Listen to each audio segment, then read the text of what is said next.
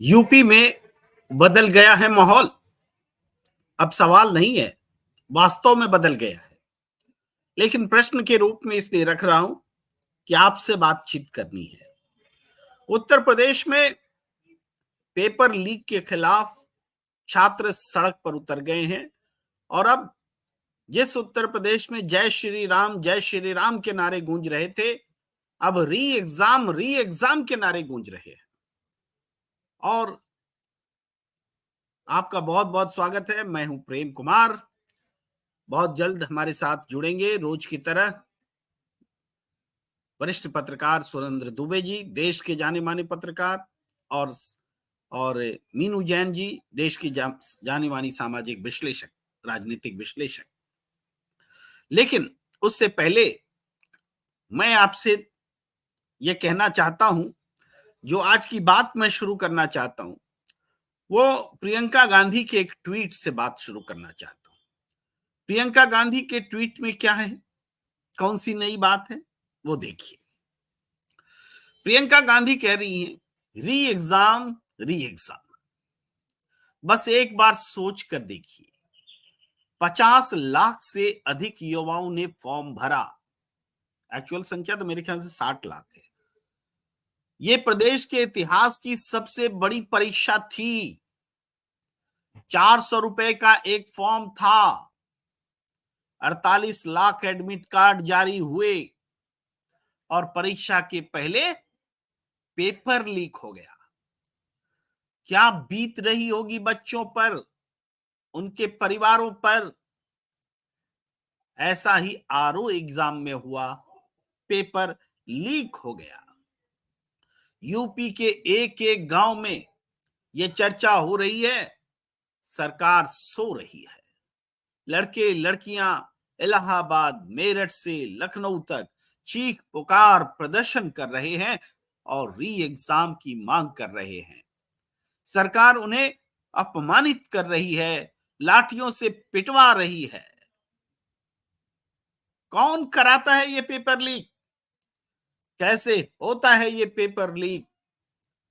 चांद मंगल पर जाने वाला हमारा देश एक फुल प्रूफ परीक्षा नहीं करा सकता, जहां एक युवा की मेहनत चोरी ना हो, उसके भविष्य पर डाका न पड़े।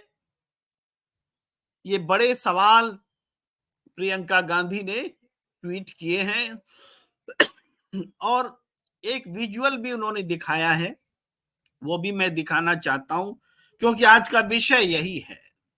उस विजुअल को भी आप देखिए। और ये विजुअल है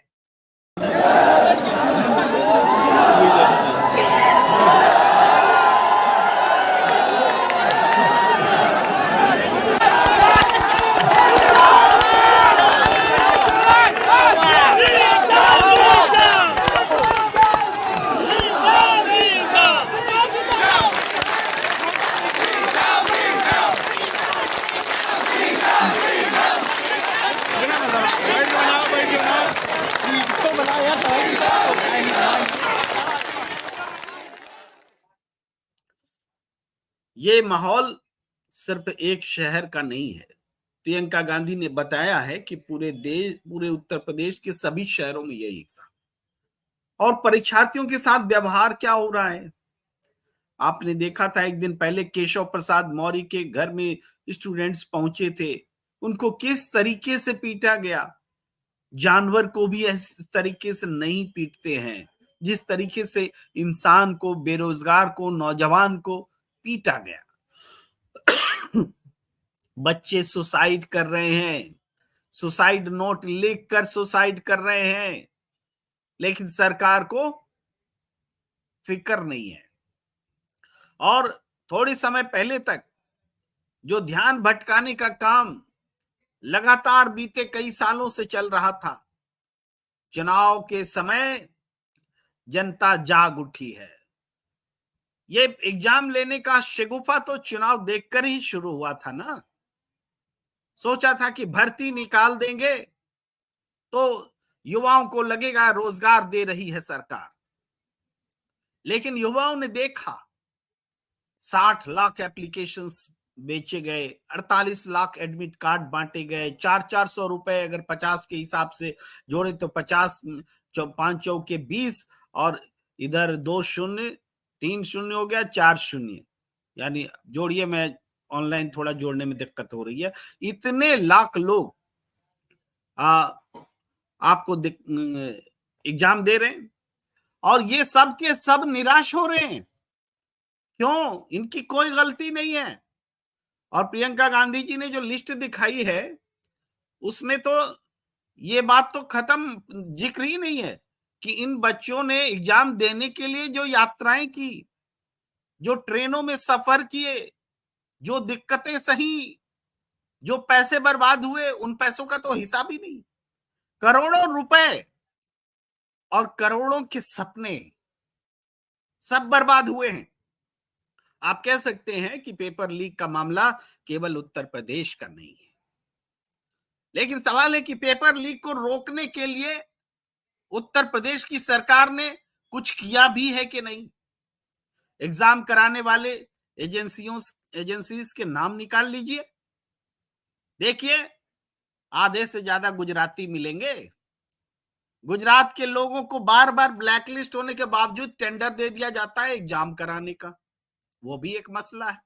जांच होती ही नहीं है, केवल पिटाई होती है नौजवानों की, जो बोलेगा उसको पीटेंगे। मुझे याद आ जाता है वो राहुल गांधी का किस्सा, जो इन दिनों हमेशा वो नौजवानों के बीच करते हैं कि पॉकेट काटता कौन है, और ध्यान भटकाता कौन है, और छड़ी लेकर पिटाई कौन करता है। ये जो 3 लोग हैं कि सबका ध्यान भटकाओ, पॉकेट मारो, और जो विरोध करे पिटाई करो, ये नुस्खा हर जगह इस्तेमाल होने लगा है।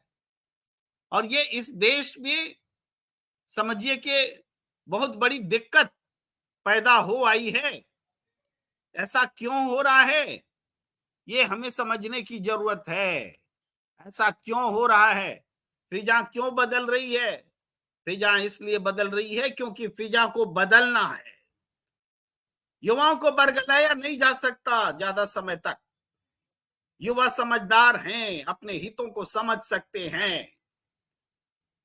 मैं कुछ प्रतिक्रियाएं ले लेता हूं क्योंकि जमा हो गई हैं बहुत सारी प्रतिक्रियाएं, और आपसे बात ना हो, आपकी बात ना ले, तो बात को आगे बढ़ाने में वो बात नहीं होती।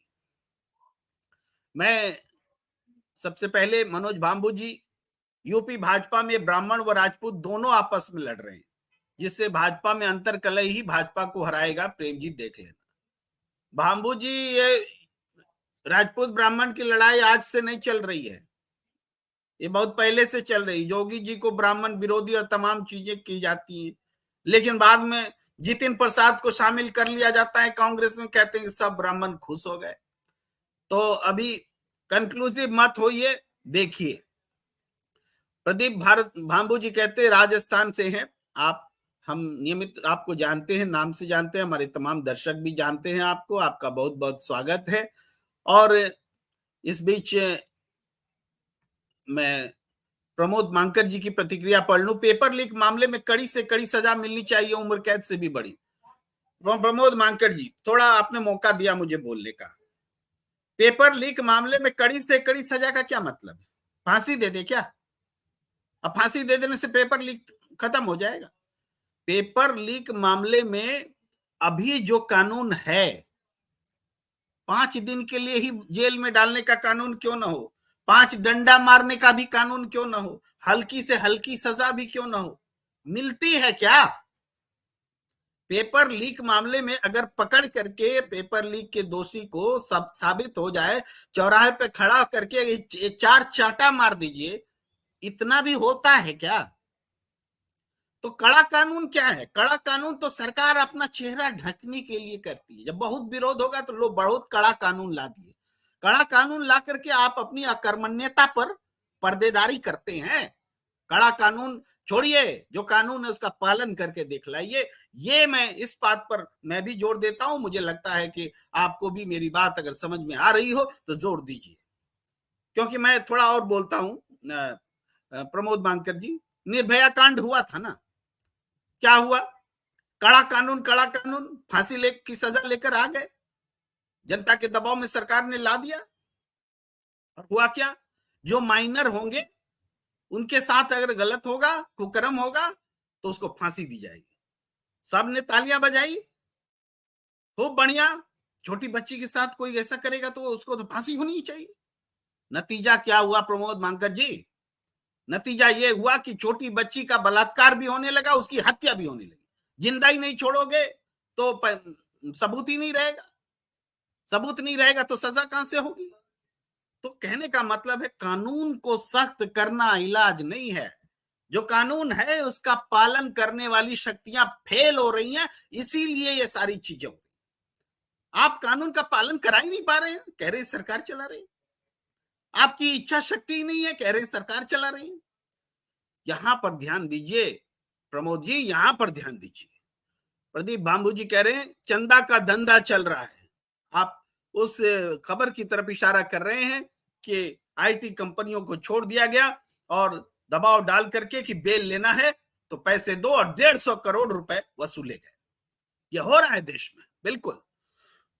प्रमोद वांकर जी, पूरे देश में पेपर लीक का मामला सामने आ रहा है, बिल्कुल आ रहा है, बिल्कुल आ रहा है। तो क्या उत्तर प्रदेश में चुप लगा दिया जाए? आप कहिए, क्या उत्तर प्रदेश में बोलना बंद कर दें? राजस्थान में हो रहा है तो आवाज नहीं उठी क्या? उठी थी ना, आज भी उठ रही है। जहां भी पेपर लीक होगा उसकी आवाज को बुलंद करने की जरूरत है। 10 मार्च तक नीतीश जी फिर एक बार पलटी मारेंगे।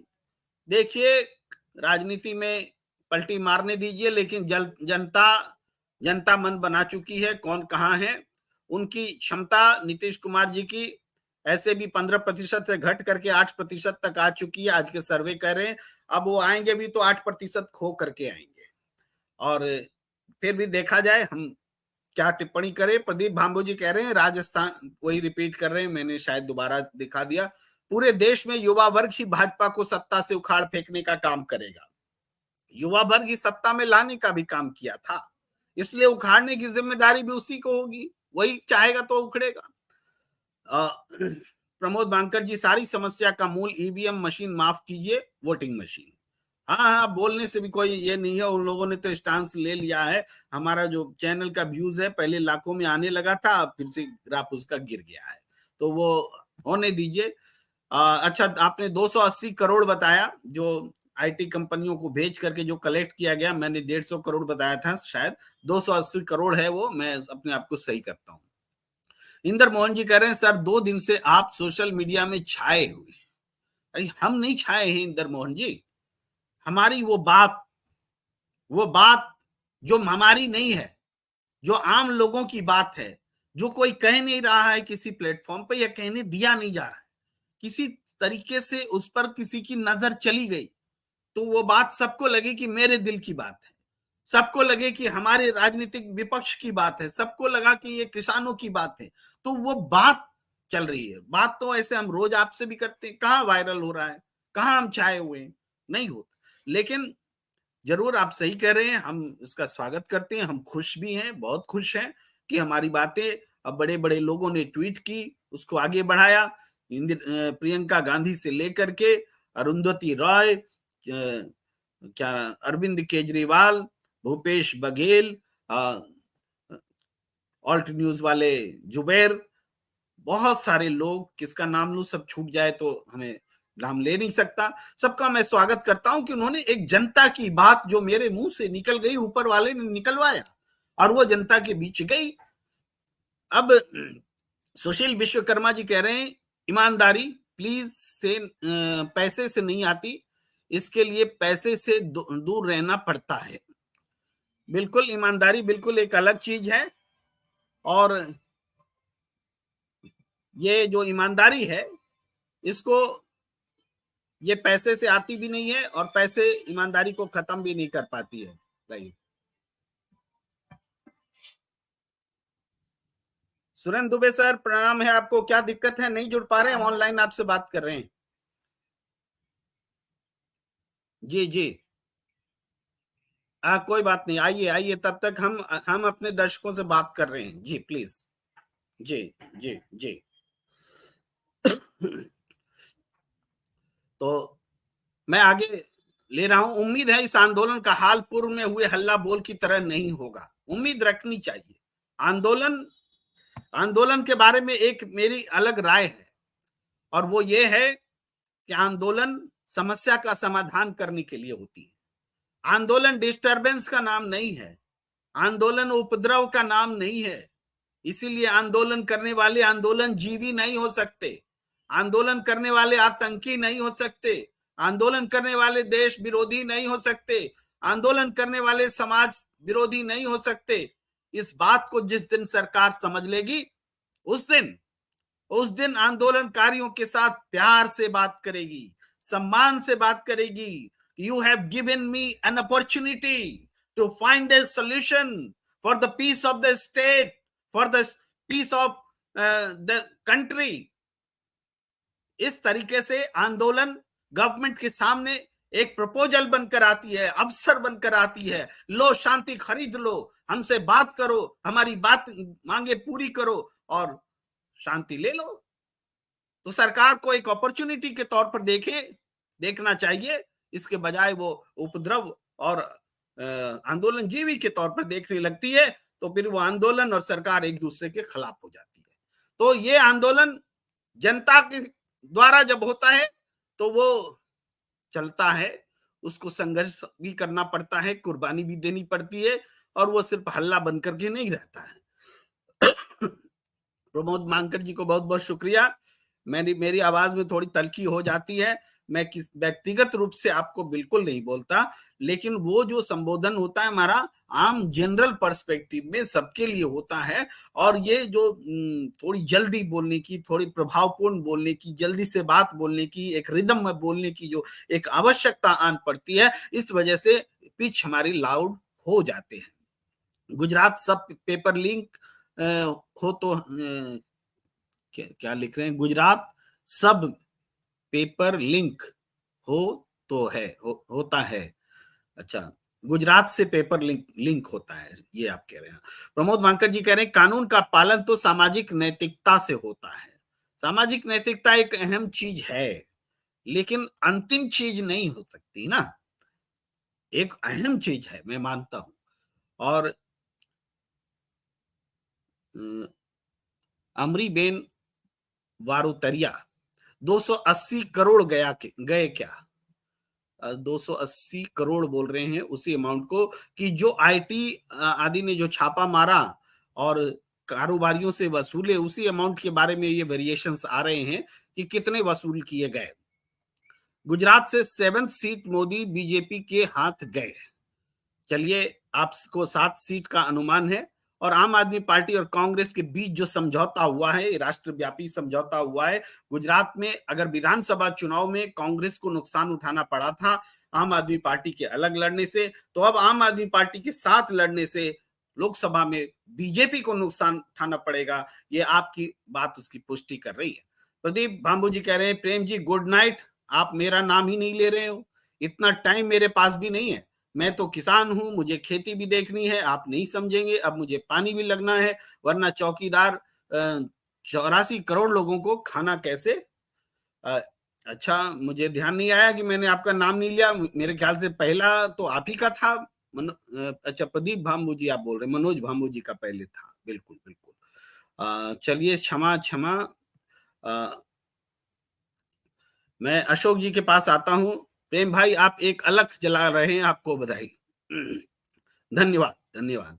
मनोज भांबू जी लिख रहे हैं सर, एक व्यक्ति में ट्वीट पर 214 में कहा था कि अगर मोदी जी जीत गए तो देश बेचेंगे, हार गए तो चाय बेचेंगे। वह आज साबित हो रही है, बड़े पत्रकार ने कहा था।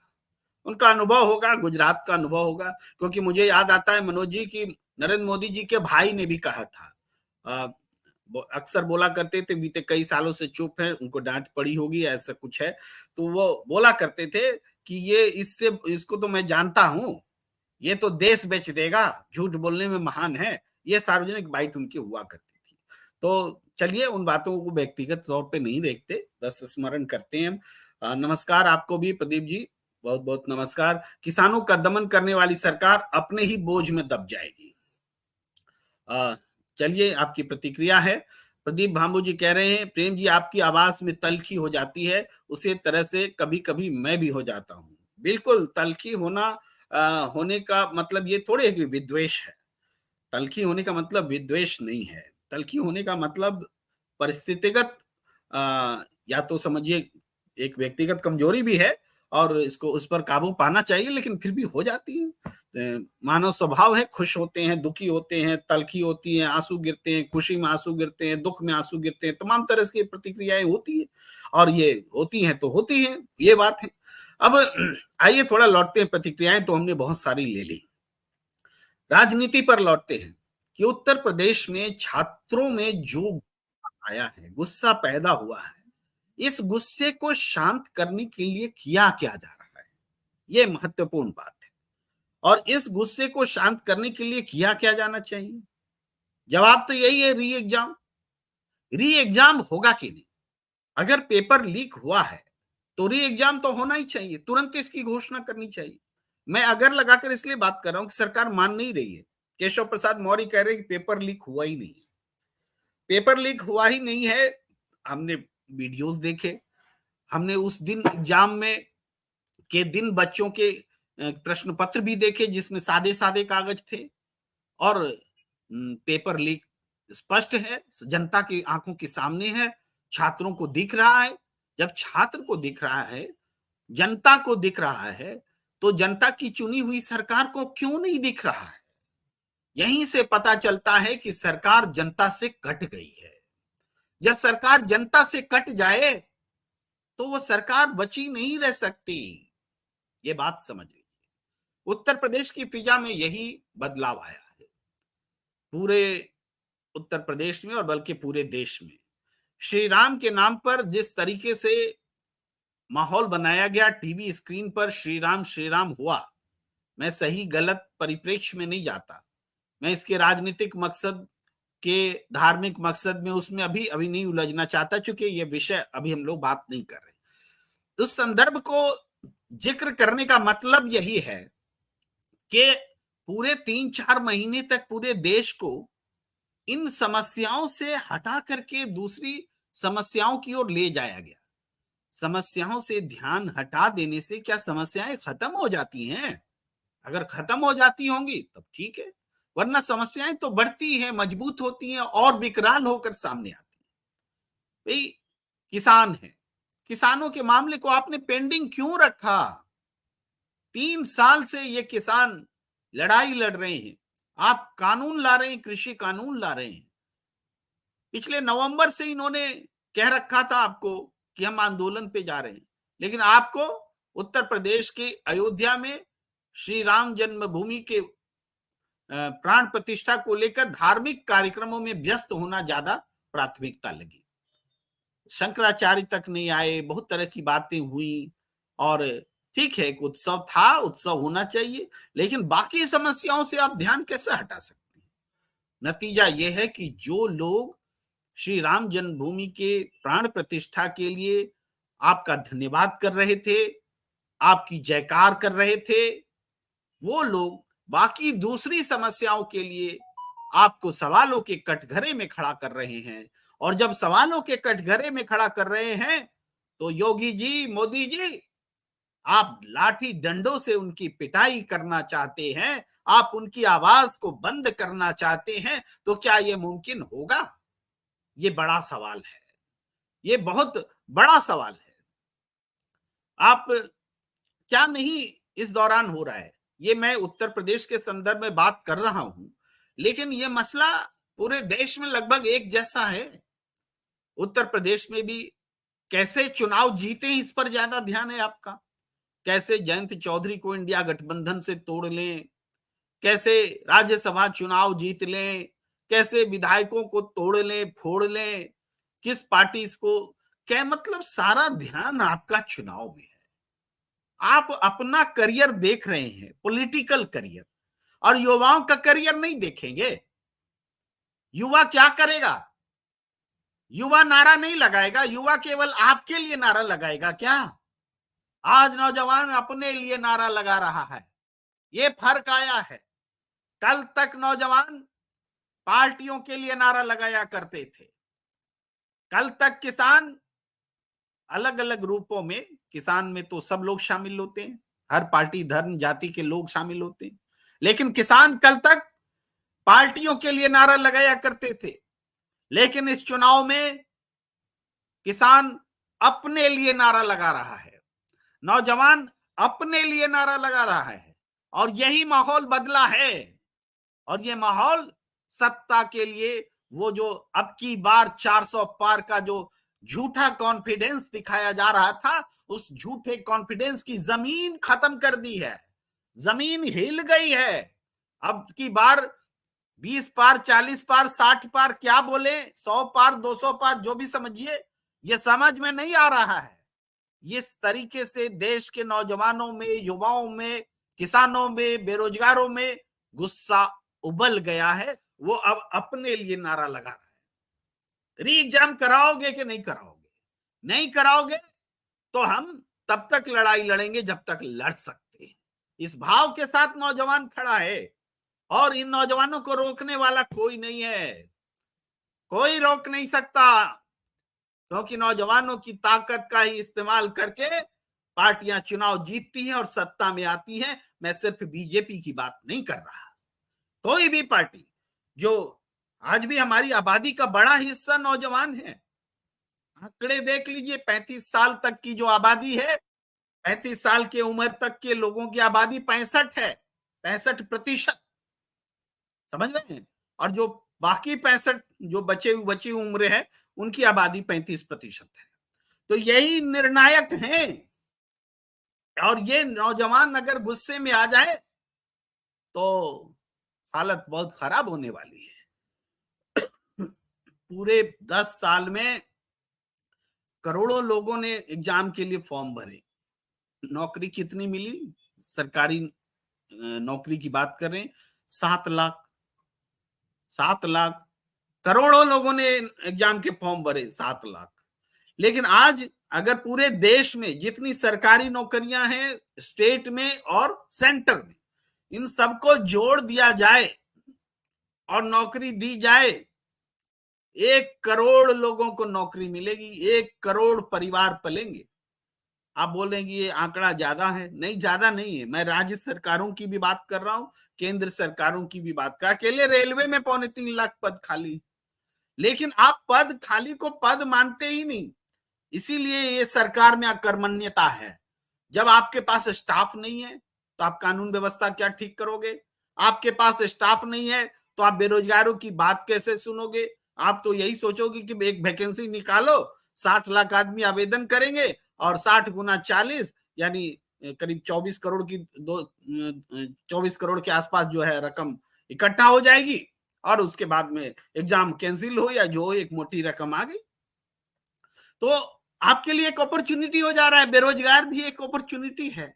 अतः ये बेरोजगार से पैसा लोगे और अकूत पैसा लोगे। अगर एग्जाम कंडक्ट कराने का एक खर्च होगा, अगर ज्यादा अभ्यर्थी हैं और खर्च कम हो रहा है तो उन पैसों को लौटा दो, बचे हुए पैसों को 400 रुपए के बजाय 100 रुपए कर दो। लेकिन 400 रुपए हम आवेदन में लेंगे, लौटाने की भी ईमानदारी नहीं है, और उसके एग्जाम भी लीक होगा, दोबारा एग्जाम नहीं कराएंगे, पैसा बचाएंगे। ये कहां ले जा रहे हैं आप? नौजवान क्यों नहीं गुस्सा होगा? और ये नौजवान इसीलिए गुस्से में है। मैं कुछ और अब प्रतिक्रिया ले लेता हूं, उसके बाद आगे बढ़ता हूं।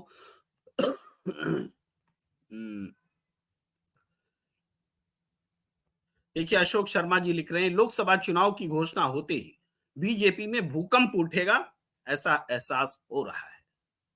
ये तो लोकसभा चुनाव में जब हार होगी तो निश्चित रूप से उठेगा, नहीं होगी हार, जीत होगी, कोई भूकंप नहीं उठेगा, ये तो आप मान लीजिए। मनोज बाबू जी कह रहे हैं, चुनाव आचार संहिता के बाद एनडीए में 10 टुकड़े होंगे। ये आकलन आपका चुनाव से पहले का है, और हमें ठीक लगता है, क्योंकि सीट शेयरिंग को लेकर के आज तक एनडीए में सहमति नहीं बनी और न बन पा रही है। और महाराष्ट्र से भी ऐसी खबर है, बिहार से भी ऐसी खबर है, उत्तर प्रदेश में भी यही हाल है। तो इसलिए आपकी बात से 10 टुकड़े नहीं भी हो तो 7 हो जाए, 8 हो जाए, मैं सहमत। बहुत ही अच्छी परिचर्चा प्रस्तुत की गई है।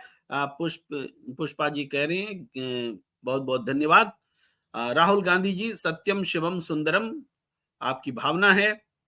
प्रेम जी, मैं काफी दिनों से देख रहा हूं कि सोशल मीडिया पर अब बीजेपी का पक्ष कमजोर पड़ता दिख रहा है। क्या आपको भी ऐसा ही लगता है या मुझे ही भ्रम हो रहा है? देखिए, आप अगर पकड़ पा रहे हैं तो ये आपकी तीक्ष्ण बुद्धि है, जो हर दिखाई गई तस्वीर का दूसरा पहलू देखना चाहती है। जो कोई भी व्यक्ति दूसरा पहलू देखना चाहेगा, उसको दिखेगा। अगर नहीं देखना चाहेगा, नहीं दिखेगा। यही सच्चाई है। मैं तो जंग लड़ता हूं, तो मुझे अक्सर दूसरा ही पक्ष ज्यादा दिखता है। तो मैं पहले पक्ष को नकार देता हूं और दूसरे पक्ष को ले आता हूं। तो इसलिए एक पक्ष रखने का मैं भी गुनहगार होता हूं, दोषी ठहराया जाता हूं। लेकिन मेरा कहना होता है कि जब 7 व्यक्ति के पैनल में 6 व्यक्ति एक ही लाइन की बात कर रहा है, तो उसके खिलाफ एक व्यू चाहिए कि नहीं चाहिए? यही कह के मैं अपने आप को सांत्वना देता हूं। अब आप विजय जी कह रहे हैं, ये तो मैंने पढ़ लिया। प्रदीप भांबू जी कह रहे हैं, प्रेम जी, मेरे भी बाबा दादा राजस्थान के विधानसभा क्षेत्र नोहर भादरा से विधायक रहे, रामकिशन भांबू और लक्ष्मी नारायण भांबू। मोदी जी ने जिस तरह गरिमा गिराई है, वह कभी नहीं देखा है। बिल्कुल आप सटीक कह रहे हैं। गरिमा गिरने के तो उदाहरण भरे पड़े हैं। और जब सदन की ही गरिमा नहीं रहती है, विधेयक में डिवीजन मांगने के बावजूद डिवीजन नहीं दिया जाता है, कानून पास कर दिया जाता है, 147 एमपीज को दोनों सदनों से बाहर कर दिया जाता है, और सदन के भीतर गंदी गंदी गालियां धार्मिक आधार पर दी जाती हैं। सदन के भीतर एक उद्योगपति का नाम लेने पर सदन के सदस्य को निकाल दिया जाता है। जो बातें कही जाती हैं कार्यवाही से बाहर कर दी जाती हैं। ये सब कुछ उदाहरण हैं जो आपके कथन की पुष्टि में सहसा मेरे मुंह से निकल रहे हैं और मैं बोल रहा हूं।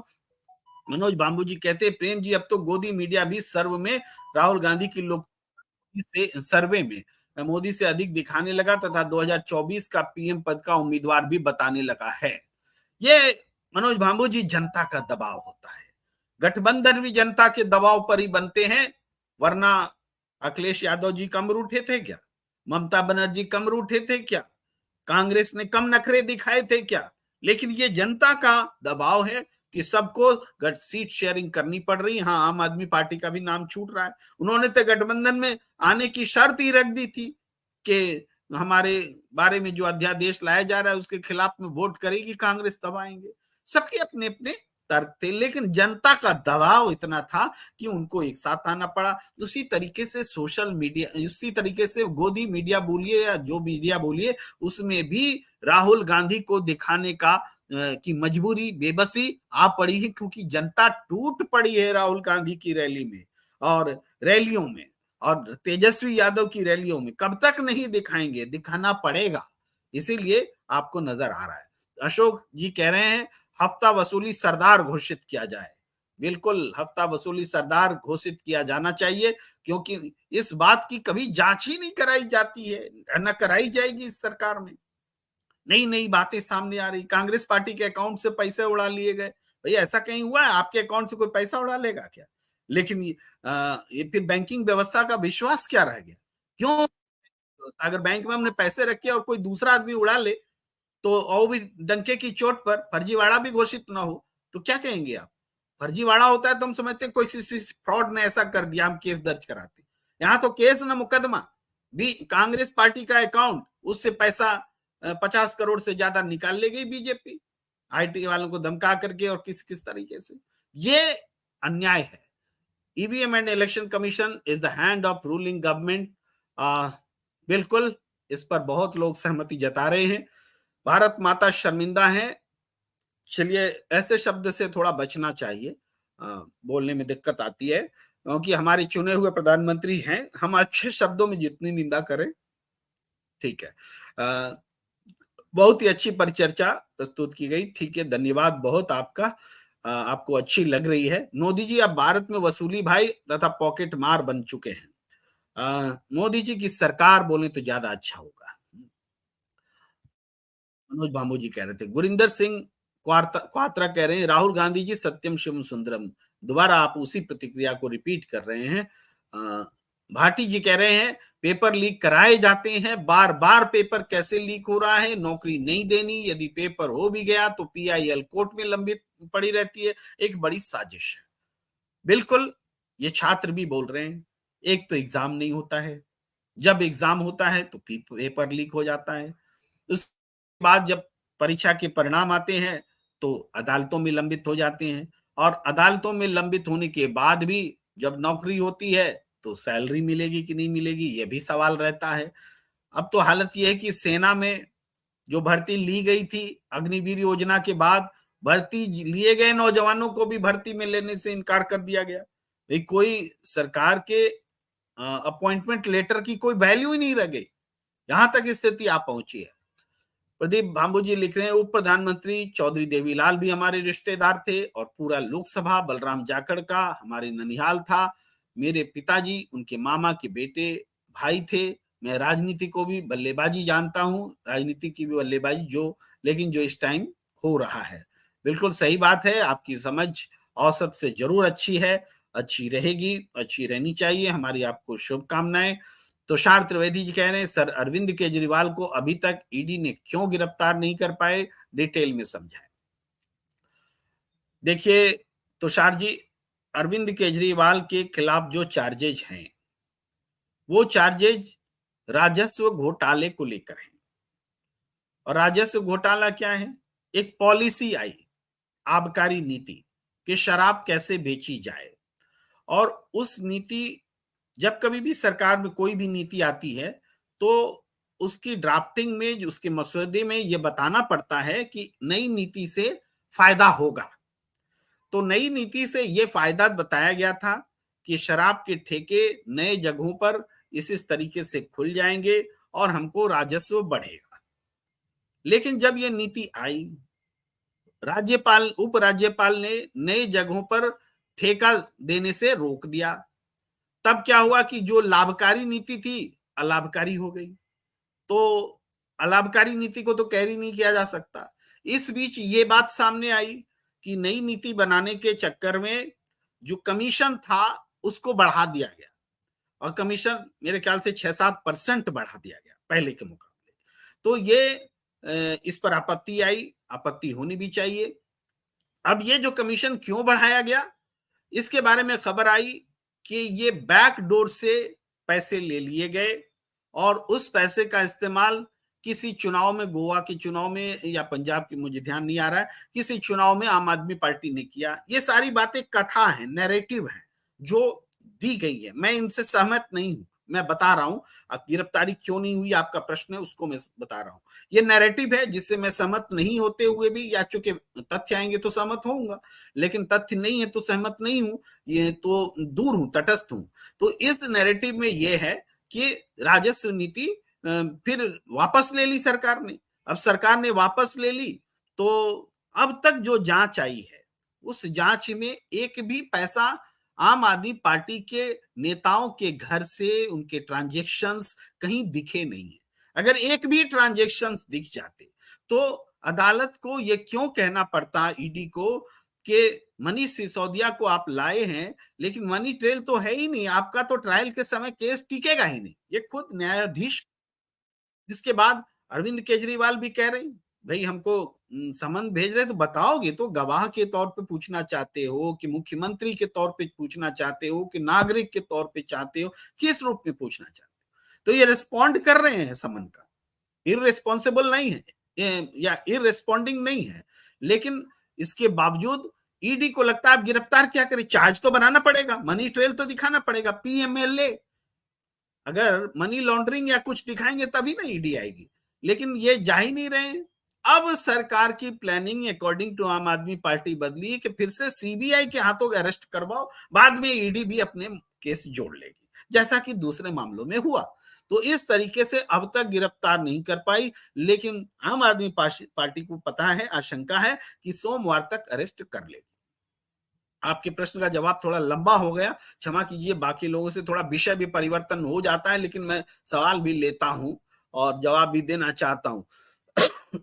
अशोक सक्सेना जी केंद्र कह रहे हैं केंद्रीय गृह मंत्रालय को इनपुट मिलना शुरू हो गए हैं, कांग्रेस अध्यक्ष खड़गे जी की अचानक जेड प्लस सुरक्षा बढ़ा दी, इंडिया गठबंधन की सत्ता आ रही है। खड़गे जी चेहरा कांग्रेस बना, दलित पीएम का हड़बड़ी मोदी। बहुत सही सिम्टम्स आपने पहचाना है।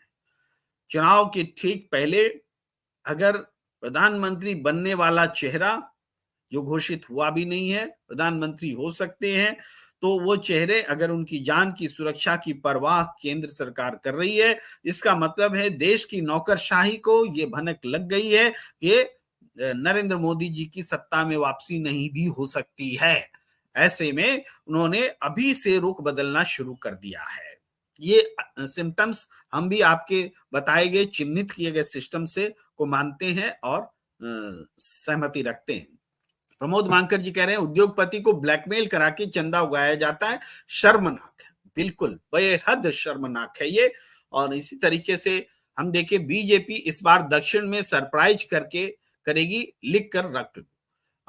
देखिए हो सकता है, आपकी बात को हम यूं ही क्यों खारिज करें, जब आपके वर्ड में सरप्राइज है तो सरप्राइज तो कहीं भी हो सकता है। तो दावा नहीं है, सरप्राइज है। सरप्राइज हो सकता है कि केरल में बीजेपी एक सीट जीत जाए, ये भी सरप्राइज ही होगा। लेकिन क्योंकि वोट प्रतिशत तो बीजेपी के केरल में भी बढ़ रहे हैं, हम मानते हैं आपकी बात को। प्रदीप भांबू जी कह रहे हैं कांग्रेस में यह जो सुरजेवाला है वह मेरी रियल बुआ जी के जेठ का लड़का है। अच्छा, चलिए आप तो पूरे पॉलिटिकल घराने से हैं। फराज शकीब जी कह रहे हैं मध्य प्रदेश से लेकर उत्तर प्रदेश तक पेपर लीक हो रहे हैं। आज बिहार में ग्राम रक्षा दल के लोगों को दौड़ा दौड़ा कर पीटा गया है। ये इंतहाई शर्मनाक है। ये शर्मनाक भी है और फराज शकीब जी डर को भी बताता है। नौजवानों को डंडे बरसा करके आप डरा नहीं सकते, इसका मतलब है कि आप स्वयं डरे हुए हैं। और चुनाव के समय अगर झंडा बरसा रहे हैं तो ये बात उल्टी पड़ेगी, ये बात समझ लीजिए। Then why Sisodia is still behind. देखिए Trivedi ji, Sisodia is still behind, ये जो क्वेश्चन है मैंने अभी थोड़ी देर पहले अरविंद केजरीवाल जी के ट्वीट में देखा है। इंडियन एक्सप्रेस की एक स्टोरी उन्होंने डाली है कि उनको क्यों नहीं जमानत मिल रही है। मैं उसे पढ़ नहीं पाया हूं। आप पढ़ लीजिए कृपया, तो मैं भी पढ़ लूंगा समय निकालकर, तो एग्जैक्ट कारण शायद उसमें लिखा हो, मुझे ऐसा लगता है, वहां से उत्तर मिलेगा। तुषार जी कह रहे हैं कि महाराष्ट्र में इंडिया स्ट्रांग इनफ है। बिल्कुल सही खबर है आपके पास। प्रेम जी, आपको क्या लगता है कि वेस्ट बंगाल में बीजेपी की सीट कम होगी या संदेश खाली की घटना से बढ़ जाएगा? देखिए, संदेश खाली की घटना निश्चित रूप से बीजेपी को फिर से खड़ा करने का अवसर दे रही है। लेकिन बीजेपी ने बीते दिनों में हिंदुत्व को लेकर के जिस तरीके से चुनावी इस्तेमाल किया, और जब संकट की घड़ी आई भारतीय जनता पार्टी पर, पार्टी के नेता छोड़ छोड़कर बीजेपी जाने लगे, पार्टी कमजोर होने लगी, तो कार्यकर्ताओं पर जो जुल्म हुआ, उस समय बीजेपी के नेता अपने कार्यकर्ताओं को बचाने के लिए सड़क पर नहीं उतरे। तब ममता सरकार के खिलाफ बीजेपी नेताओं को सड़क पर उतरना चाहिए था, लेकिन नहीं उतरी। इस कारण से बीजेपी को संगठनात्मक रूप से बहुत बड़ा नुकसान उठाना पड़ा है। और ये बात सही है कि ममता बनर्जी के लिए एंटी इनकम्बेंसी है। इसके बावजूद चुनाव आप जानते हैं कि समीकरण का बहुत महत्व होता है। अगर कांग्रेस और टीएमसी का गठबंधन हो जाता है तो ममता बनर्जी के एंटी इनकम्बेंसी का नुकसान कांग्रेस को होगा, लेकिन कांग्रेस के गठबंधन से ममता बनर्जी का फायदा जरूर हो जाएगा। ये आप समझिए, ये मेरा विश्लेषण है। अनिल चौहान के कह रहे हैं, चौहान के पूरे देश में एक भी एग्जाम फेयर नहीं हो रहा है। बिल्कुल सही चिंता है आपकी। हाशिर अहमद जावेद कह रहे हैं बीजेपी ने संदेश खाली में हिंदू मुस्लिम कर दिया है। बिल्कुल कर दिया है, और इसीलिए मैं कह रहा हूं उसका जो एक फायदा मिलता है वो उसको मिलेगा। विजय यादव कह रहे हैं आज का नौजवान अपनी दुर्दशा के लिए खुद जिम्मेदार है। नौजवान जिम्मेदार है, लेकिन ये कह करके हम जो असली जिम्मेदार हैं उनको बरी नहीं कर सकते।